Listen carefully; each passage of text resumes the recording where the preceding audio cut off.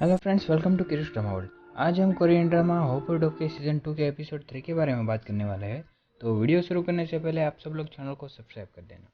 तो ड्रामा के स्टार्टिंग में युनतक स्टोर रूम खोलता है जहाँ पर युनजाई सो रहा था। उसे देखकर युनतक को काफ़ी अच्छा लगा और वहाँ पर वो बैठ जाता है। और दूसरी तरफ दाजुंग स्कूल के गार्डन में वो लाश मिलती है और पुलिस को कॉल करती है। तो अब वहाँ पर पुलिस तपास कर रही होती है और वो लाश टीचर की थी। तब ऑफिसर ने पूछा कि रिपोर्ट किसने की। तो वो दोनों दाजुंग के पास जाते हैं, पर दाजुंग बहुत डरी हुई थी। यहाँ से दाजुंग को पुलिस स्टेशन ले गए और वहाँ पर उसको सवाल पूछने लगे कि तुम कहाँ से हो और यहाँ क्या कर रही थी। दाजुंग ने कहा कि मैं सियोल से हूँ और मैं यहाँ अपने फ्रेंड से मिलने आई थी। तो उसी वक्त उस ऑफिसर के पार्टनर ने बताया कि इस आदमी की मौत कल हुई थी और उसने सुसाइड नहीं, उसका मर्डर हुआ है। ये सुन के उस ऑफिसर ने कहा कि गुआम हाई स्कूल के सभी सीसीटीवी चेक करो। ऑफिसर ने दाजुंग से पूछा कि कल तुम रात को 6 बजे से 8 बजे तक कहाँ पर थी। तो दाजुंग ने कहा कि मैं एक रेस्टोरेंट में गई थी अपने एक फ्रेंड के साथ। तो ऑफिसर ने उस रेस्टोरेंट में काम करने वाले एक लड़के को बुलाया जो युनतक का दोस्त था और उसको पूछा कि क्या तुम्हें ये लड़की याद है, क्या कल यहाँ तुम्हारे रेस्टोरेंट पर आई थी।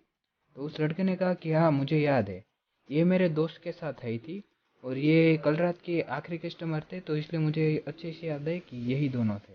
तो अब यहाँ पर दाजुंग ने कहा कि अगर आपने मेरी इन्वेस्टिगेशन कर ली हो तो क्या मैं जा सकती हूँ। और ये कहकर वहाँ से जाने लगी। नेक्स्ट सीन में युनजाई जाग जाता है और बाहर निकलता है। तभी उसने युनतक को खाना बनाते हुए देख लिया था और ये देख के वह घर से बाहर निकल रहा था। तभी युनतक ने उसको रोक कर कहा कि पहले तुम नाश्ता कर लो। और वो दोनों नाश्ता करने के लिए बैठ जाते हैं। युंजा कहता है कि तुम हमेशा मेरी बात पहले क्यों नहीं सुनते हो और हर बार मेरी लाइफ में बीच में क्यों बोलते रहते हो। तब युनतक ने कहा तुम भी तो मेरी बात नहीं सुनते। यहाँ पर वो 5 महीने पहले की बात करता है जब वो लोग मोटल से भागकर स्कूल के गार्डन में आते हैं। यहाँ पर युनतक युंजाई से बात करने के लिए कहता है पर वो वहाँ से भाग जाता है। यहाँ पर युंजाई फिर भी उसकी बात सुनता नहीं है। तो दोनों भाइयों के बीच में झगड़ा हो जाता है, पर युनतक ने युंजाई को एक गाल पर मार दिया। यहाँ पर युंजाई को भी गुस्सा आ गया और वो कहने लगा कि तुम्हें मुझसे इतनी प्रॉब्लम है तो मैं घर छोड़कर जा रहा हूँ। और ये कहकर वह अपना सामान पैक करके घर से जा रहा था। यहाँ पर युनतक फ्लैशबैक से वापस आता है और उसने कहा कि तुम हर बार ऐसी प्रॉब्लम खड़ी करते हो, इसलिए मुझे गुस्सा आता है। उस दिन भी तुमने मेरी बात नहीं सुनी और घर छोड़कर चले गए थे। यहाँ वो दोनों एक दूसरे की बात समझ रहे थे। तभी वहाँ पर पुलिस आई और युनतक को कहा कि तुम अपने पापा को बुला लो, हम यहाँ पर युंजाई को एक मर्डर के केस में अरेस्ट करने आए हैं। तो अब यहाँ पर ऑफिसर युंजाई को अरेस्ट करके जा रहे थे और कहा कि हम युंजाई को उसके टीचर के मर्डर के केस में अरेस्ट कर रहे हैं।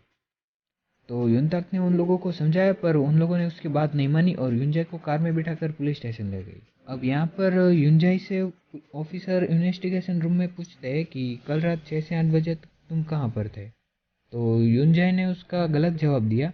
तो उस ऑफिसर ने कई बार पूछा पर उसने अपना जवाब नहीं बदला।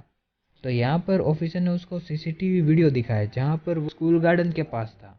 तो उसने बता दिया कि उसको उसके टीचर ने बुलाया था वहाँ पे। तो यहाँ पर अब वो ऑफिसर उसकी बात नहीं मान रहा था और कहता है कि तुम मुझे अब सब सब बता दो। युंजाई यहाँ पर सच बोल रहा था और उसने ये भी कहा कि आप चाहे तो मेरा फ़ोन भी चेक कर लो, उसने मुझे मैसेज भी किया था वहाँ पर आने के लिए। पर उसकी इन्वेस्टिगेशन थोड़ी देर के लिए रुक जाती है और उसको बाहर लाता है। यहाँ पर युनतक और उसके पापा आ जाते हैं और यहाँ पर वो दोनों रोने लगते हैं और युंजाई को कहते हैं कि तुम चिंता मत करो, हम तुम्हें बचा लेंगे। और उसको वहाँ से ले जाते हैं।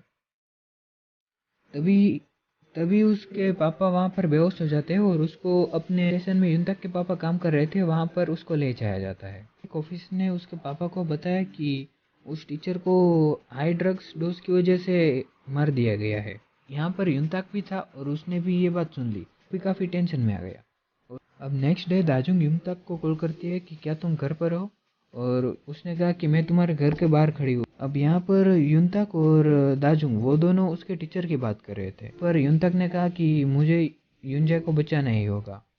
तो यहाँ से दाजुंग और युंजाई स्कूल जाते हैं उस टीचर के केबिन में कुछ तलाश करने के लिए। पर वहाँ पर पुलिस थी तो वो दोनों चुपके से अंदर जाते और स्टाफ रूम में गए। पर उस टीचर के टेबल पर जाकर उसका लैपटॉप और डायरी और कुछ भी चेक करने लगे, जहाँ पर युनतक को एक ऑडियो।